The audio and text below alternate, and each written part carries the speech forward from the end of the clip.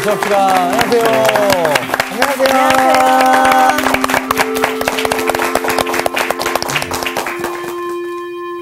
한 주간 동안 잘 지내셨어요? 네. 오늘 아름다워 보이십니다. 감사합니다. 감사합니다. 감사합니다. 저한테 하신 말씀이시죠? 감례가 없어. 어쩌 보이십니다, 선생님. 감례해야지. 오늘 선생님의 넥타이 정말 땡땡이에요. 훌륭하십니다. 예. 제가 아름다움에 대한 얘기를 한 까닭은 여러분 사람들은 다 아름답기를 원하죠. 네. 누가 아름답다 그러면 굉장히 행복해집니다. 그러니까 말로 우리들이 세상을 창조하는 건데 맞아요. 만날 때마다 오늘 왜 그래? 무슨 걱정이 있어? 왜 이렇게 안 돼 보여? 이러면은 나 괜찮은데 맞아요. 그 소리를 듣는 순간 갑자기 내가 불행해지기 시작하거든요. 저는 그런 경우가 참 많아요. 많죠.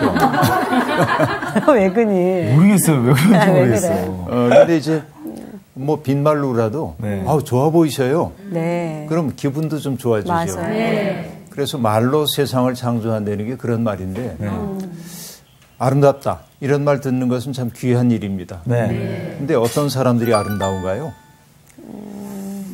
마음 제가 알기로 선생님의 가르침을 받은 제자로서 앓을 실천하는 사람이 아름답지 않다. 그런데 저는 이렇게 생각해요.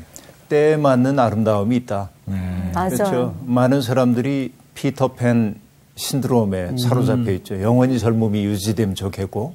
그렇죠. 그래서 사람들은 세월에 저항하기 위해서 주름살도 좀 없으면 좋겠고.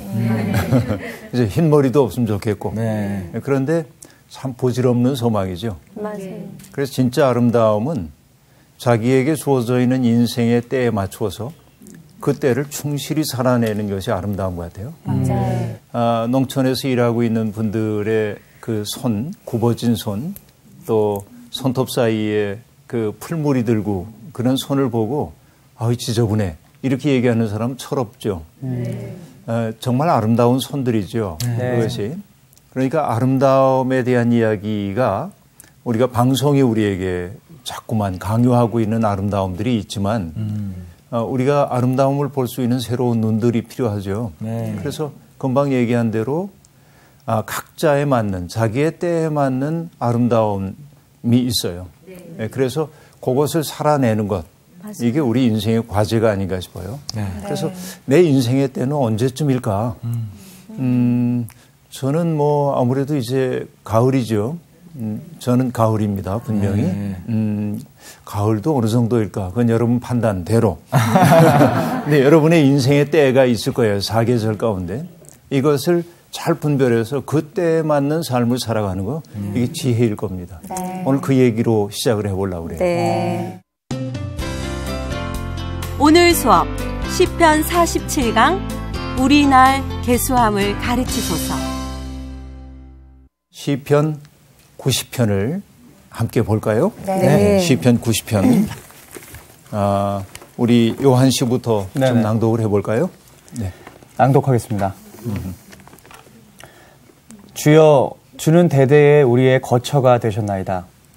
산이 생기기 전 땅과 세계도 주께서 조성하시기 전 곧 영원부터 영원까지 주는 하나님이시니다. 주께서 사람을 티끌로 돌아가게 하시고 말씀하시기를 너희 인생들은 돌아가라 하셨사오니 주의 목전에는 천년이 지나간 어제 같으며 밤의 한순간 같을 뿐임이니이다.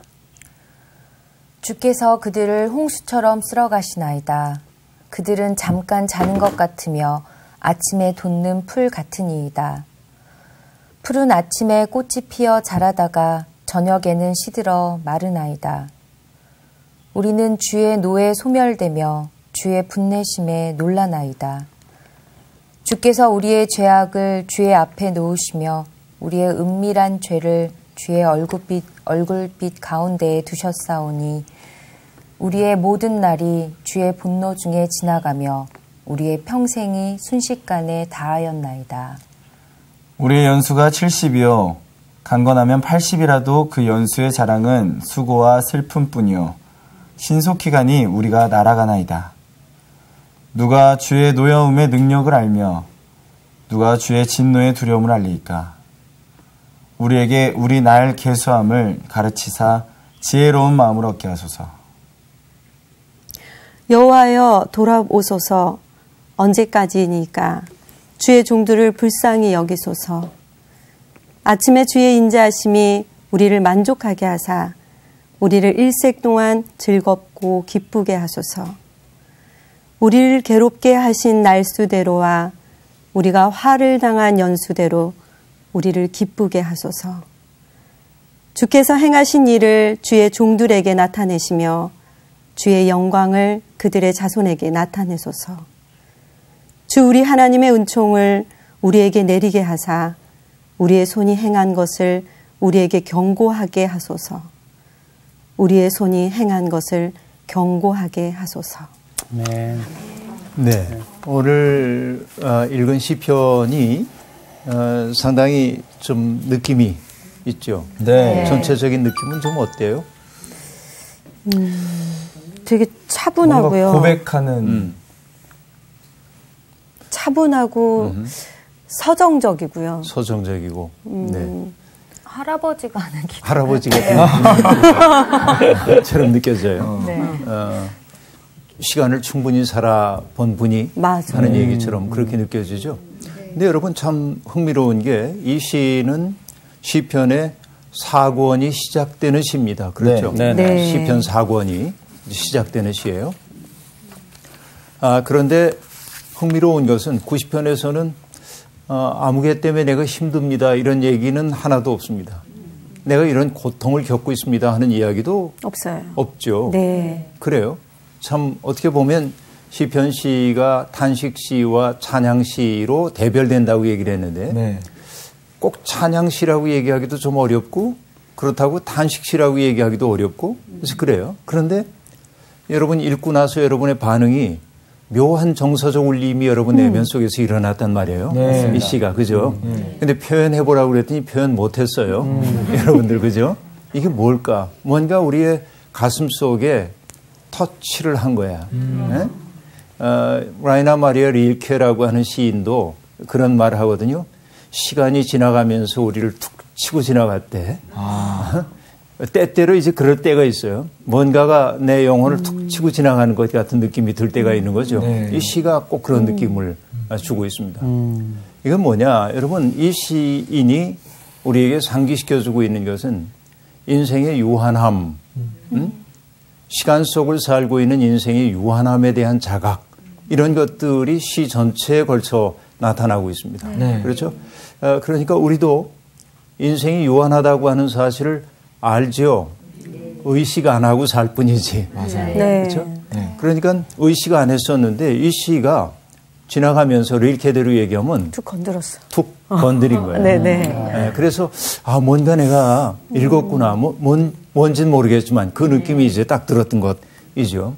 그런데 시의 첫 대목이 뭐로 되어 있냐면 주여 그렇게 되어 있죠. 네. 근데 우리가 보통 주님이라고 번역되어 있는 단어들을 보면은 어떤 단어들이었죠? 뭐 엘로힘도 있고 야훼도 있고 다양한 표현들이 있습니다. 네. 그런데 특이하게도 여기에서 주여는 아도나이라고 하는 단어인데 아도나이. 이게 주님이에요. 네. 근데 아도나이는 주라고 얘기할 때는 항상 주와 종 그렇게 그쵸. 되어 있죠. 네. 그러니까 이 시인이 자각하고 있는 것은 결국 내 인생의 주인이 나인 것처럼 생각되지만 그러나 내 인생의 주인은 나가 아니고 바로 당신입니다 하는 고백이 아도나이라고 하는 고백 속에 이미 담겨 있습니다. 첫 그렇죠? 고백에 그렇게.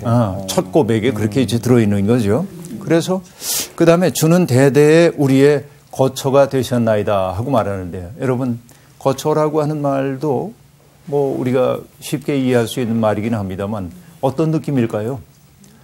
주님이야말로 내가 들어가면 편안함을 느낄 수 있는 거처와 같은 분. 네. 다시 얘기하면 여러분 시간 속을 살아가고 있는 인간의 삶이라고 하는 것은 어때요? 늘 불안함 속에 있죠. 그래서 우리가 그동안 공부하면서 얘기를 했습니다마는 에덴 동산 이후에 살고 있는 사람들의 실존적 정황은 불안입니다. 그렇죠. 늘 불안해요. 네. 얘기했다시피 공포에는 대상이 있습니다. 뭔가 때문에 내가 공포를 느끼잖아요. 앞에 있는 뭐 무서운 짐승이 있다든지 혹은 홍수가 밀려온다든지 공포스러운 거예요.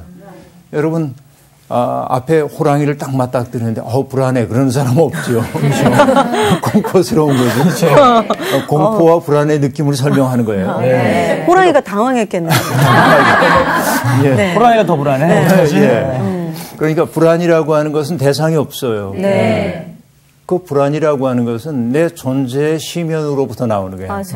인간의 어떤 그 한계 상황, 그 한계 상황으로부터 나오고 있는 어떤 그 흔들림, 이런 것들이 이제 불안이라고 얘기할 수 있겠죠.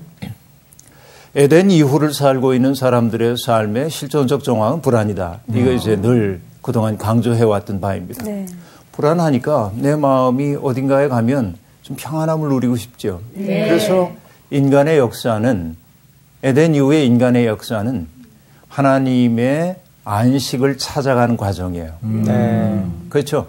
안식은 뭐였죠? 편안한 안자에다가 식은 숨을 나타내는 식자죠. 숨이 가지런해지는 게 안식이에요. 그렇죠? 우리가 어때요? 좀 흥분한다든지 두려움이 있다든지 그럼 숨이 가빠지죠. 맞아요. 그런데 평안하면 숨이 자연스럽습니다. 아기들의 숨. 아기들 자는 모습 보면 정말 예쁩니다. 얘가 숨 쉬는 거야? 그렇게 맞아요. 고요해요. 그게. 그래서 아이들은 불안이 없어요.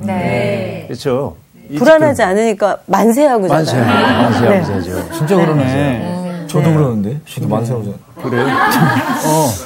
그래요. 항복해야 할 일이 많아요. 그 느낌이네, 진짜. 잘못한 게 많으니까. 그런데 여기 이제 시인이 아주 처음부터 베이스로 까는 고백이 주여 주는 대대로 우리의 거처가 되셨습니다. 세상의 어디에서도 내 마음이 평안할 수가 없지만 주님 안에서만 내가 평안함을 누릴 수 있었습니다. 이 고백이 이제 나오고 있습니다. 그런데 그가 주님으로 고백하고 있는 존재는 그래서 나와 관계를 맺으시는 분이지만 여러분 하나님이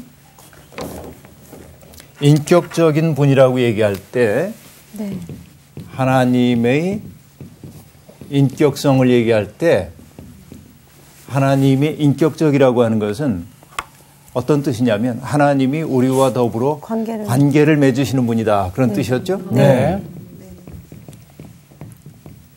그런데 그 하나님이 우리와 관계를 맺으신 그 하나님이 어떤 분이냐면 정말 친절하게 우리에게 다가오시는 분이기도 하지만 2절 한번 보세요. 정규 씨 뭐라고 얘기했어요? 산이 생기기 전 땅과 세계도 주께서 조성하시기 전 곧 영원부터 영원까지 주는 하나님이시니이다. 오케이. 자, 하나님은 어떤 분이냐면 영원부터 영원까지. 노랫말 가사 같아요. 그죠? 영원부터 영원까지 이렇게 얘기하고 있어요. 인간이 영원에 대한 사고가 가능한가요? 좀 어렵죠? 좀 어려워요. 그렇죠. 그래서 산이 생기기도 전에 땅이 조성되기도 전에 영원부터 영원까지 계신 분이에요. 하나님은 영원하신 분이죠. 그런데 그 하나님이 지금 관계를 맺는다고 하는 것은 하나님이 영원하신 하나님이 영원의 자리에서 어디로 오는 거냐면 유한의 자리로 오시는 거죠. 자, 이 영원하신 하나님이 유한한 자의 자리에 오셔요.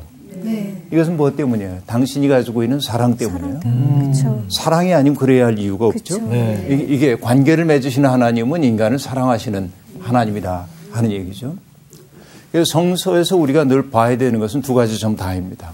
하나는 끊임없이 스스로를 유한하게 만드시면서 인간의 삶 속에 개입해 들어오시는 하나님. 나의 개인적인 삶에도 개입해 오시고 내가 속해 있는 역사 속에도 개입해 오시는 하나님이에요. 감사한 거죠. 그런데 그 하나님은 동시에 영원부터 영원까지 계신 분이죠. 계시다고 얘기를 해서요. 그러니까 하나님의 크심을 인간이 다 파악할 수는 없죠. 이 두 가지를 다 가지고 있어야 돼요. 그래서 이런 하나님의 사랑과 또 이 하나님은 영원부터 영원까지 계시기 때문에 이 개별적 사랑을 주시기도 하지만 때때로 그 하나님은 인간을 엄중하게 심판하시기도 하는 존재이시죠. 이 두 가지가 함께 가고 있는 것이죠. 시인은 바로 그 사실을 지금 바라보고 있어요. 그래서 이제 3절에 보면 주께서 사람을 티끌로 돌아가게 하시고 말씀하시기를 너희 인생들은 돌아가라. 그렇게 말합니다. 너희 인생들은 돌아가라. 어우, 무섭네요. 그렇죠? 네. 돌아가라. 그 얘기는 뭐예요? 인간이 티끌로부터 왔죠. 네네. 흙으로부터 지음받아서. 그러니까 하나님이 돌아가라 하면 속절없이 돌아갈 수밖에 없어요. 이것이 인간의 유한성이죠. 네. 인간은 유한한 존재입니다. 내가 원한다고 해가지고 저 떠나기 싫어요. 그런다고 해서 안 떠날 수 있는 게 아니죠. 그렇죠. 앞으로 우리들이 보겠습니다만은 또 다른 시인은 그런 얘기를 하죠. 하나님이 숨을 불어넣으시면 만물은 살아납니다. 근데 하나님이 숨을 거두어가시면 만물은 사라지는 거예요. 그렇죠. 이게 이제 생명을 가진 존재의 유한함입니다. 그렇죠. 시인은 그걸 적나라하게 알고 있어요. 주께서 사람을 향해서 너는 티끌로 돌아가. 이렇게 얘기하신다는 겁니다. 하나님 앞에서 우리의 생이 유한한 것을 시인은 절감하고 있죠. 네. 그런데 하나님의 이 영원하신 시간에 비하면 우리가 살아가고 있는 시간이라고 하는 것은 영원과 시간이 있는데 이게 우리의 이 시간이라고 하는 게 찰나에 지나지 않아요. 이게. 그렇죠? 네. 여러분 사람이 오래 살면 몇 년 살죠? 100년. 80, 90, 100. 네. 90, 100. 아마 이 자리에 계신 분들은 어쩜 100살 넘게 살는지도 모릅니다. 오래 사는 하늘 것만이 높이게 축복이 하고 아니라. 여하튼 그런데 이 거대한이라기보다는 근원적인 관점에서 보자고 한다면 네. 우리가 사는 100년 길죠. 그렇죠. 그런데 시인 얘기합니다. 주의 목전에는 1000년이 지나간 어제 같으며 밤의 한순간 같을 뿐입니다. 네. 이렇게 1000년이. 얘기하고 있습니다. 참 이게 기가 막힌 얘기입니다. 우린 그렇게 오래 산다고 보는데 네. 하나님 앞에서는 아무것도 아니야. 다시 얘기하면 여러분 우리들은 사람들 사이에 차별을 만들어내잖아요. 요한 씨는 어떻고 나온 씨는 어떻고 저 사람은 도덕적으로 어떻고 성품이 어떻고 이제 그러잖아요. 네. 하나님이 보시면 다 똑같아요. 별 차이 없어요. 객지, 독지. 맞아요. 그래서 하나님이 세상을 바라보면 그러실 것 같아요. 어이구 불쌍한 것들. 그러실는지도 모릅니다. 도토리 키재기 하고. 도토리 키재기죠. 근데 우리는 그 도토리 키를 재면서 네가 낫네, 내가 낫네 맨날 싸우고 있죠. 자, 여러분 전부터 얘기를 했지만 결국 우리가 신앙생활을 한다고 하는 것은 내 시선이 멀어지는 거예요. 네. 멀리서 바라볼 수 있는 능력이 생기는 거예요. 그렇죠. 네. 그러니까 점점 하나님의 눈으로 세상을 바라보기 시작하면 여러분 차이보다는 유사성에 더 주목하게 됩니다. 인간이 가지고 있는 유사성 가운데 가장 깊은 유사성은 뭐예요? 유한화되는 거. 네. 그리고 모든 인간은 그의 내면 속에 슬픔이 있어. 유한하기 때문에. 그래서 예를 들어서 정규 씨를 내가 바라보면서 싸늘하게 바라보는 거예요. 그래서 뭐냐면 정규 씨 눈에 있는 티끌을 내가 빼줄게. 그런단 말이죠. 그럼 싸움 나는 거죠. 정규 씨가 그러는 거예요. 나만 티끌이 있나? 당신 눈에 티끌은 못 보시고 이제 이렇게 관계가 어그러지는 거예요. 그렇죠? 어떻게 하셨죠? 그런 거예요. 네. 세상 살아보니까 알겠어요. 예. 그런데 남의 눈에서 티끌 빼겠다고 하지 말아라. 자기 눈에 들보를 먼저 봐라. 주님이 그렇게 말씀하시는데 네네. 나는 우리가 누군가의 눈에서 뭘 보기 시작해야 하냐면 티끌이 아니라 슬픔을 볼 수 있으면 좋겠어요. 아하. 사람들 속에 슬픔이 있잖아요. 있어요. 마치 뭐예요? 지하수처럼 우리의 지층으로 가면 지하수가 다 통하는 거죠. 물이 나오는 자리는 달라도 지하수 맥은 다 통하고 있잖아요. 네. 인간이 가지고 있는 근원적 유한함과 쓸쓸함이 있거든. 고독함이 있고. 네.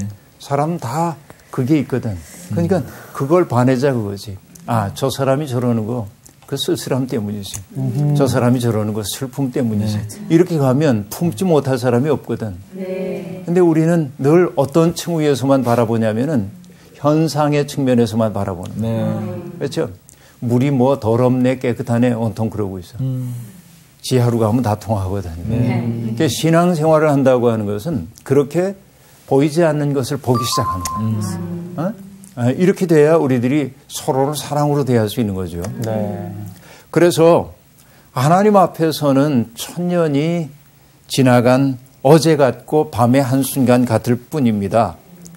하나님이 홍수처럼 그들을 쓸어가시면요, 그들은 잠깐 자는 것 같으며 아침에 돋는 풀과 같다, 그렇게 말하고 있습니다. 그렇죠? 근데 여러분 참 쓸쓸하죠. 풀은 아침에 꽃이 피어 자라지만 저녁에는 시들어 마르나이다. 물론 풀이라고 하루 피었다가 지는 꽃들은 그렇게 많지는 않지만 그래도 긴 시간으로 보자고 한다면 꽃이라고 하는 거, 풀이라고 하는 거 정말 찰나에 지나지 않는 것이죠. 네. 사실은 풀 얘기하려는 게 아니고 인생에 대한 얘기하려고 이제 이런 얘기를 쓰고 있죠. 그래서 그 근원적 쓸쓸하면서 바라보니까 7절에 우리는 주의 노에 소멸되며 주의 분내심에 놀라나이다. 이렇게 이제 얘기하고 있습니다. 네. 자, 주님의 노에 우리가 소멸되는 존재예요. 자, 인간의 근원적 쓸쓸함은 어디에 있냐면 이런 데 있어요.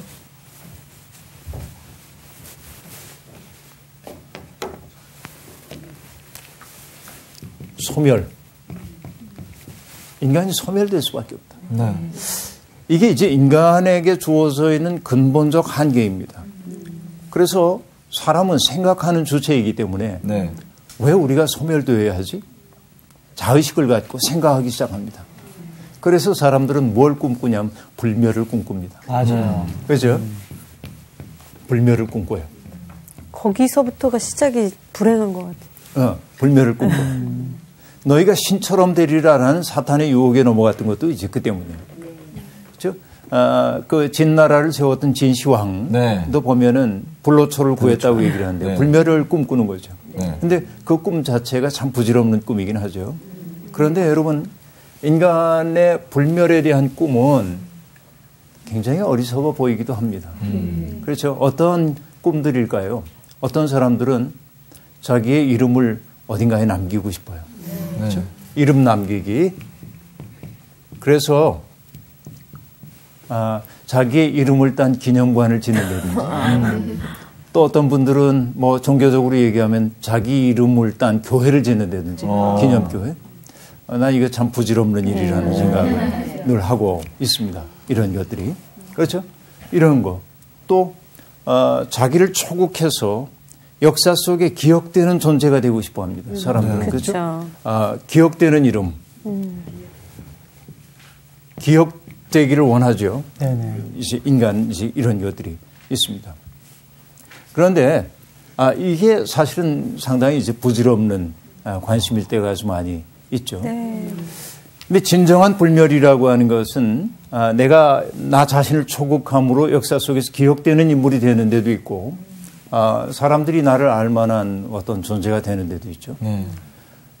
사실은 모든 동물들을 불멸을 꿈꿉니다. 그건 뭘 통해서 하냐면 자기의 DNA를 후손들에게 넘겨주고 싶어 하는 거예요. 그렇죠. 그렇죠. 이것도 이제 불멸의 꿈이에요. 모든 살아있는 것들이, 그죠?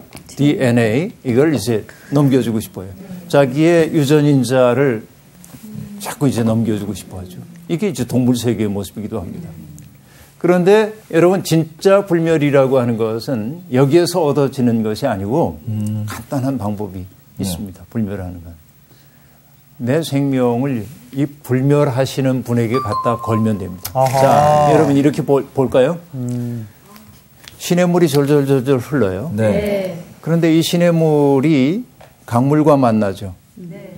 그러면 강물 속에서는 어떻게 돼요? 시냇물이 사라지는 것처럼 보이지만 더 큰 강의 일부가 되었죠. 네. 네. 그렇죠. 그리고 강이 흘러가다가 어떻게 돼요? 바다에 가게 됩니다. 강의 이름은 버렸지만 바다 속에 들어가서 자기의 존재를 유지하고 있죠. 네. 결국 여러분 초월이라고 하는 것은 자기 지양이야. 자기를 없애가는 과정이에요. 네. 결국 자기 지향을 통해서 뭐 하냐면 더 큰 나가 되는 데 있어요. 하나님의 현실에 나를 갖다 거는 것이 불멸의 세계이죠. 네. 그래서 오늘 내가 소멸할 수밖에 없는 존재이지만 시간 속에 유한한 존재이지만 저 영원하신 하나님의 세계에 잇대고 사는 순간 그 삶은 뭐냐면 이미 영원을 누리고 있는 삶이야. 성경이 얘기하고 있는 영생이라고 하는 건 바로 여기에 있다고. 시간의 무한한 연장이 아니라 내가 유한하고 소멸될 수밖에 없는 운명 속에 있는 존재이지만 금방 시냇물과 강과 바다의 비유를 얘기했던 것처럼 작은 날을 끝없이 지향해 감으로써 큰 날을 향해 열려가는 과정이에요. 그래서 신앙이 깊어진다고 하는 것은 이렇게 얘기할 수 있어. 자에게만 붙들려 살고 있던 사람이 타자의 세계에 눈을 뜨게 돼요. 저 사람이 얼마나 힘들까. 그래서 그를 배려하기 시작합니다. 그렇게 돼서 결국은 뭐냐면 나중에는 이게 뭐까지 가냐면 우주심. 다시 얘기하면 이게 하나님의 마음이야. 하나님의 마음을 헤아리며 살기 시작해. 이것을 뭐라고 얘기하냐면은 신앙이 깊어진 것이고 이것이 영생을 누리는 삶이라고 얘기할 수 있는 거예요. 그렇죠? 자, 인간의 삶이라고 하는 게 너무나 유한한 거예요, 지금. 우리는 주의 노에 소멸되며 주의 분노심에 놀라나이다. 하나님, 주께서 우리의 죄악을 주의 앞에 놓으시며 우리의 은밀한 죄를 주의 얼굴빛 가운데 두셨사오니 우리의 모든 날이 주의 분노 중에 지나갑니다. 우리의 평생이 순식간에 다합니다. 하나님 앞에서는 인간이 정말 보잘것없죠. 그리고 기가 막힌 얘기가 나옵니다. 이게 사실은 장례식 때 많이 선택하는 본문이기도 하거든요. 이 시편이. 그래서 10절에 보면 우리의 연수가 70이요 강건하면 80이라도 여러분 지금은 우리가 7, 80년 사는 게 보통이지만 이건 보통 일이 아닙니다. 이때는 엄청 장수하는 거죠. 70이요 강건하면 80이라도 자, 그 연수의 자랑이라고 하는 것이 뭐냐? 수고와 슬픔뿐이요. 기가 막혀. 여러분 그래서 저는 그 생각이 들어요. 레위기에도 나옵니다만 백발을 보거든 일어서라고 얘기를 하는데 존경하라고 얘기하는데 전에는 그게 무슨 얘기인지 잘 몰랐어요. 그런데 노인들을 보면 그 생각이 듭니다. 얼마나 고단한 인생을 살아오셨을까. 그러니까 너무나 많은 슬픔과 고통을 겪으며 살아낸 세월이잖아요. 스스로 선택해서 살았다기보다는 사라진 거죠. 그럴 수밖에 없어서. 그러면 그 마음들을 생각하면 가슴이 짠해지는 거예요. 그렇죠. 그 연수의 자랑이라는 게 수고와 슬픔이라는 거지. 시인은 절감하고 있는 거예요, 지금. 그렇죠. 그런데 어르신들한테 물어봐요. 지루하셨어요? 언제 지나갔는지 모르겠어요. 그렇죠. 너무 빠르다. 우리의 나수가 이게 연수가 뭐 연수의 자랑 수고와 슬픔뿐인데 신속히 가고 우리가 날아가는 것 같다. 뭐 그렇게 얘기하죠. 나이가 40대는 뭐 세월이 시속 40km로 달리고 그런 얘기 많이 50대 되면 50km로 달리고 보면은요. 우리 그 내면의 속도 생각하는 것도 느려지고 보는 것도 여의치 않고 듣는 것도 그렇고 내면의 속도가 느려지죠. 그래서 바깥이 빠르게 인식돼요. 나이 들면. 어렸을 때는 모든 게 팍팍 돌아가거든요. 그러니까 느리게 느껴집니다. 바깥의 시간이. 재미나는 경험들이죠. 진짜. 이게. 하루하루는 지루한 것 같은데 일주일은 금방 가고 이렇게 우리도 극하게 공감들을 하시는데 세상이 꼭 그런 거죠. 정말 날아갑니다. 그렇게 얘기하고 있습니다. 여러분 그 창세기에 우리가 아는 얘기입니다마는 야곱이 아들 요셉이 살아있다는 얘기를 듣고 이제 팔레스타인 땅에서 가족들을 전부 솔고해가지고 애굽으로 내려가요. 그래서 요셉이 아버지를 맞이해가지고 그래도 자기가 모시고 있는 분이니까 바로에게 안내를 합니다. 그래서 야곱이 바로 앞에 가요. 나이가 많죠. 야곱이? 그러니까 바로가 인사삼아 얘기합니다. 노인 어른 연세가 참 많으시겠습니다. 그렇게 여쭤요. 그러자 야곱이 이렇게 대답을 합니다. 내 나그네 길의 세월이 130년입니다. 나의 연세가 얼마 못 되니 우리 조상의 나그네 길의 세월에 미치지 못하지만 험악한 세월을 보내었나이다. 이렇게 말합니다. 이거 난 언제나 가슴이 아파. 그렇죠. 내 나그네 길의 세월이라고 하는 거 우리 조상들에 비하면은 뭐 길다고 얘기할 수 없지만 그러나 험악한 세월을 내가 살았습니다. 야곱의 삶을 보면 그렇거든요. 그랬죠. 그래요. 그런데 놀라운 것이 뭐냐면 험악한 세월을 보냈는데 야곱이 그렇게 대답한 다음에 바로를 축복합니다. 그렇죠. 축복은 누가 하는 거냐면 어른이 그렇죠. 그렇죠 하는 거죠. 네. 그렇죠. 영적으로 더 높은 분이 낮은 분을 위해 하는 거죠. 그러니까 비록 나그네이지만 그래서 피난 왔지만 야곱이 바로를 축복합니다. 이것은 의도적 서술이거든요. 그런데 누가 축복을 할 수 있느냐? 험악한 세월을 살아낸 사람이라야 축복할 수 있어요. 어떻게 보면. 네. 자기의 삶이 편안하기만 했던 사람들은 축복할 수 있는 능력이 별로 없어요. 왜냐하면 여러분 인생살이에서 우리가 겪는 고통, 시련 이런 것들은 힘겹지만 때때로 우리를 어떤 문 앞에 인도해요. 그건 뭐냐? 행복하기만 하면 절대로 보지 못하는 세계를 바라보도록 해줘요. 그렇죠. 때때로 시련과 고통이라고 하는 것이 우리로 알고 보면 내 생이 왜 이렇게 힘들지? 그래서 생을 근본에서부터 돌아보도록 만들죠. 그래서 모든 고통이 아름답다고 말하는 것은 아니지만 기왕 우리에게 고통과 시련이 찾아왔다고 한다면 우리가 해야 할 일은 뭐냐면 야곱이 약복강나루에서 했던 것과 같은 거예요. 기왕 날 찾아왔으니 내게 축복하기 전에 놓아줄 수 없어. 그렇죠? 네. 그래서 내게 주어져 있는 그 시련과 고통 그것을 통해서 더 깊어져야 해. 그때 우리가 할 수 있는 일은 뭐냐? 나의 경험이 있기 때문에 축복할 수 있는 거예요. 응? 이런 것이죠. 자, 그러면 여러분 인간이 정말 지혜롭게 산다고 하는 것이 무엇인지에 대한 생각을 해봐야겠습니다. 자, 11절에 보니까 시인이 이렇게 말하네요.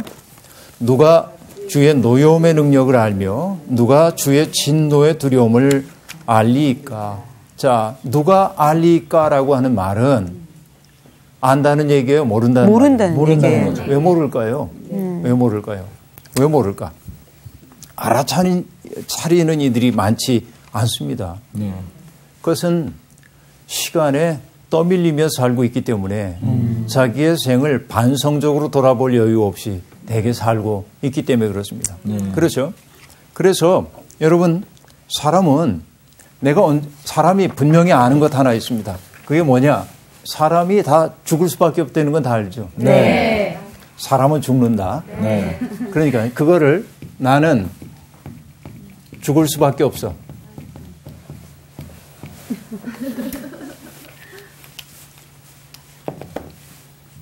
여기에 한마디를 더 보탭니다. 나는 언젠가. 그렇죠? 언젠가 난 죽을 것이다.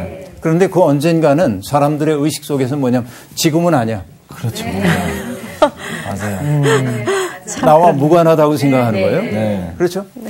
사람은 죽을 수밖에 없어. 이게 객관적으로 우리들이 알아. 언젠가 나도 죽을 거야. 나도 사람이니까. 그런데 지금은 아니야. 언제나 사람은 이렇게 생각하고 사는 거죠. 그래서 인간은 죽음을 통해 많은 것을 얻지 못해요. 인간의 삶이라고 하는 게 태어나서부터 죽을 때까지 이걸 인생이라고 얘기를 하고 있는데 죽음이 언제인지는 알 수가 없어요. 내가 예를 들어서 40살이기 때문에 난 50년 남았네. 이렇게 얘기 못해. 우리들이. 그렇죠. 미래는 내게 속해 있는 게 아니라 하나님께 속해 있는 부분이에요. 그렇죠. 그러니까 지금은 아니라고 하는 이것이 인간의 오만함입니다. 언제라도 나를 찾아올 수 있는 것이죠. 그래서 인간은 죽음을 의식하는 존재예요. 죽음을 의식할 때 인생이 아름다워지는 거예요. 그래서 하이데거라고 하는 철학자는 인간을 죽음에 이르는 존재, 뭐 누구나 다 아는 얘기지만 그게 무슨 뜻일까 생각해 보면 인간은 죽음이라고 하는 한계를 의식하기에 오늘을 의미 있게 사는 존재라는 얘기예요. 그렇죠. 네. 만약에 죽음이라고 하는 한계가 없다고 한다면 우리 뭐 그렇게 열심히 살지 않아도 괜찮아요. 영원히 연장을 될 테니까. 그러나 죽음이라는 한계가 있기 때문에 열심히 살 수밖에 없거든요. 네. 그렇죠. 근데 그게 언제인지는 알 수가 없어요. 네. 그래서 시인이 하나님 앞에 기도하는 게 우리의 날 계수함을 가르치사. 그러니까 우리의 날을 계수함을 가르쳐 주소서 하고 얘기해요. 자, 다시 얘기하면 그게 뭐예요? 내 인생의 때가 언제인지 지금. 이걸 좀 알게 해달라. 내 인생의 때. 내 인생의 때는 언제입니까? 이거를 분별 좀 하며 살게 해 주십시오 하는 얘기예요. 네. 그래서 전도서의 3장에 보면은 이 인간의 시간에 대한 얘기가 나오는데 심을 때가 있으면 거둘 때가 있고 세울 때가 있으면 허물 때가 있고 나아갈 때가 있으면 물러서야 할 때가 있고 그러니까 어떤 때는 나쁜 거고 어떤 때는 좋은 거라고 규정 짓지 말고 어떤 때가 되었든지 거기에 맞는 삶을 살아가면 되는 거거든요. 그렇죠? 그러니까 시인이 지금 구하고 있는 게 그거예요. 그 때를 분별하는 마음을 내게 좀 주십시오. 그게 바로 뭐라고 얘기를 했냐면 지혜의 마음이라고 얘기해요. 나를 좀 가르쳐 주세요. 그 때를. 요거 알고 살면 인생이 그렇게 누추해지지 않을 수 있어요. 알지 못하는 게 이제 문제이죠.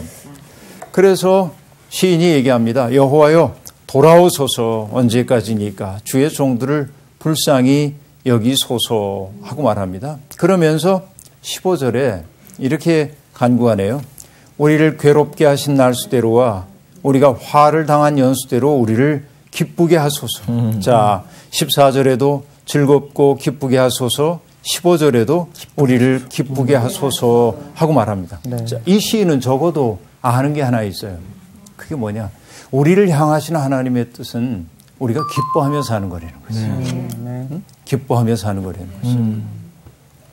여러분, 예수님이 요한복음에 의하면 이적을 행하셨잖아요. 네. 예수님의 첫 번째 이적이 뭐예요? 물이 포도주로. 그렇죠. 바뀌면. 물이 포도주로 바꿨어. 왜 주님은 물을 포도주로 바꾸셨을까? 참 낯선 질문이죠. 그러게요. 이런 질문. 왜 바꾸셨을까? 차라리 포도주를 물로 바꾸시면 어땠을까? 이렇게 생각될 수도 있겠어요. 근데 그때가 요한복음에서 예수님이 첫 번째로 간 집이 혼인잔치집이에요. 그렇죠. 맞아요. 이건 요한복음이 의도적으로 얘기하고 있는 거예요. 예수는 어떤 분인가?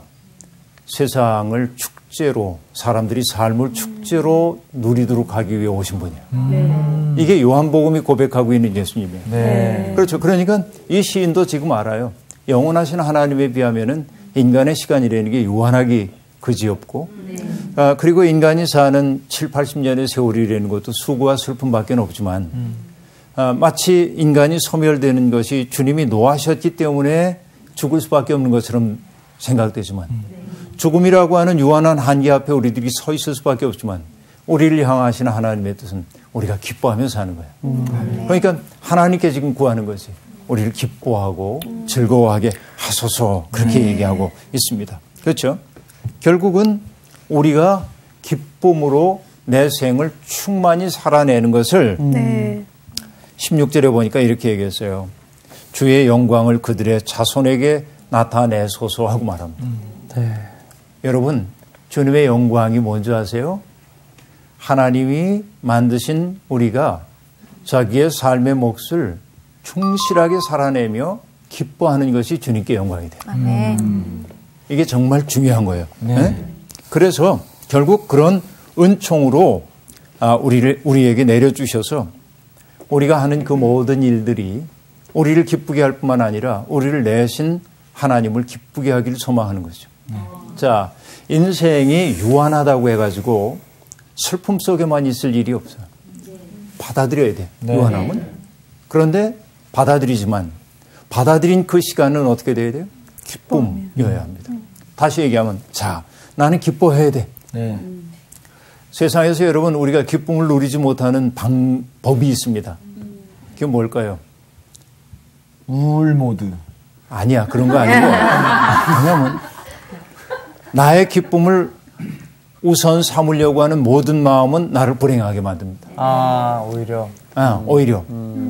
그러니까 내가 기쁨을 누리지 못하는 방식이 나만 기뻐하려고 그러는 거예요. 근데 진짜 기쁨은 어디에서부터 오냐면 무슨 말인지 다른 이들을 기쁘게 하려고 그럴 때 내가 기뻐. 제가 그 역할을 하고 있지 않습니까? 그런데 그렇게 사는 것을 성경은 뭐라 하냐면 주님의 영광이 드러나는 것이라고 해요. 그래서 우리를 통해 여러분 나는 이렇게 얘기합니다. 우리가 살고 있는 세상은 인간의 욕망이 충돌하는 전장터이잖아요. 그렇죠. 재화는 한정되어 있고 그것을 누리려고 하는 사람들의 욕망은 끝이 없잖아요. 욕망이라는 게 본래 끝이 없는 거야. 그러다 보니까 늘 우리는 불행합니다. 욕망에 붙들려 있는 그 순간에는 불행한 거죠. 그런데 우리가 행복해지는 방법이 있죠. 그건 뭐냐면 나의 목마름만이 아니라 너의 목마름에 내가 반응하기 시작할 때 이상하게 하나님은 구조적으로 만들어 놓으셨어. 스스로 행복을 취하려고 할 때보다 누군가를 행복하게 하려고 할 때 하나님은 내 속에 행복의 샘물이 솟아나도록 구조적으로 만드셨어요. 이게 인간의 참 묘한 것이에요. 맞아요. 그런 것 같아요. 그러니까 여러분 시간의 짧음을 탓하지 말고 자신에게 주어져 있는 시간을 한껏 살아내는 거. 이것이 이 시가 우리에게 가르쳐주고 있는 인생의 지혜입니다. 이 시가 쓰여진 까닭은 아까도 얘기했듯이 하나님을 찬미하기 위한 찬양시라고 얘기하기도 애매하고 원수나 적들 때문에 고통스럽습니다 하는 탄식시도 아니죠. 근데 어쨌든 시를 읽고 나니까 우리가 맞아 삶은 이런 거야 하고 느꼈죠. 그래서 이 시를 뭐라고 얘기를 하냐면 회중들을 가르치기 위한 시이고요. 그래서 이 시를 가리켜서 우리가 뭐라고 얘기하냐면 토라라고 얘기할 수 있어요. 토라는 가르침이라는 뜻이죠. 그렇기 때문에 나중에 시편을 편집한 사람은 이 시의 제사에다가 누구의 이름을 넣냐면 모세가 지었다고 그랬어요. 모세를 통해 토라가 그렇죠. 율법이 우리에게 오죠. 비밀이 해명됐어요. 왜 그런지가 그렇죠. 여러분 어쨌든 시간은 영혼의 빛 속에서 우리들이 살아갈 때 그 시간은 아름답게 됩니다. 그 시간은 기쁨이 되고 그리고 행복이 될 수 있습니다. 우리에게 주어져 있는 그 시간이 어느 때인지를 분별하며 사는 삶이 진정한 지혜의 삶인 것을 오늘 배우게 되었습니다. 오늘 수업 여기서 마칠게요. 고맙습니다. 감사합니다.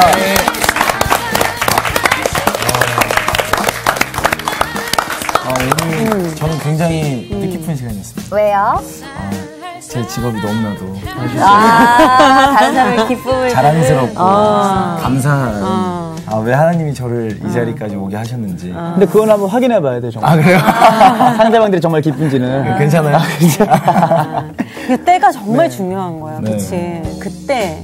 근데 참 정말 알기 힘들어. 그렇기 때문에 지혜를 구해야 되는 것이고. 그리고 진짜 정말 지금의 삶을 열심히 사는 걸 하나님이 정말 기뻐하시는 것 같은데. 이번 주 퀴즈입니다. 엠마오로 가던 두 제자 중 한 사람의 이름은 무엇인가요? 1번 글로바, 2번 야고보, 3번 베드로.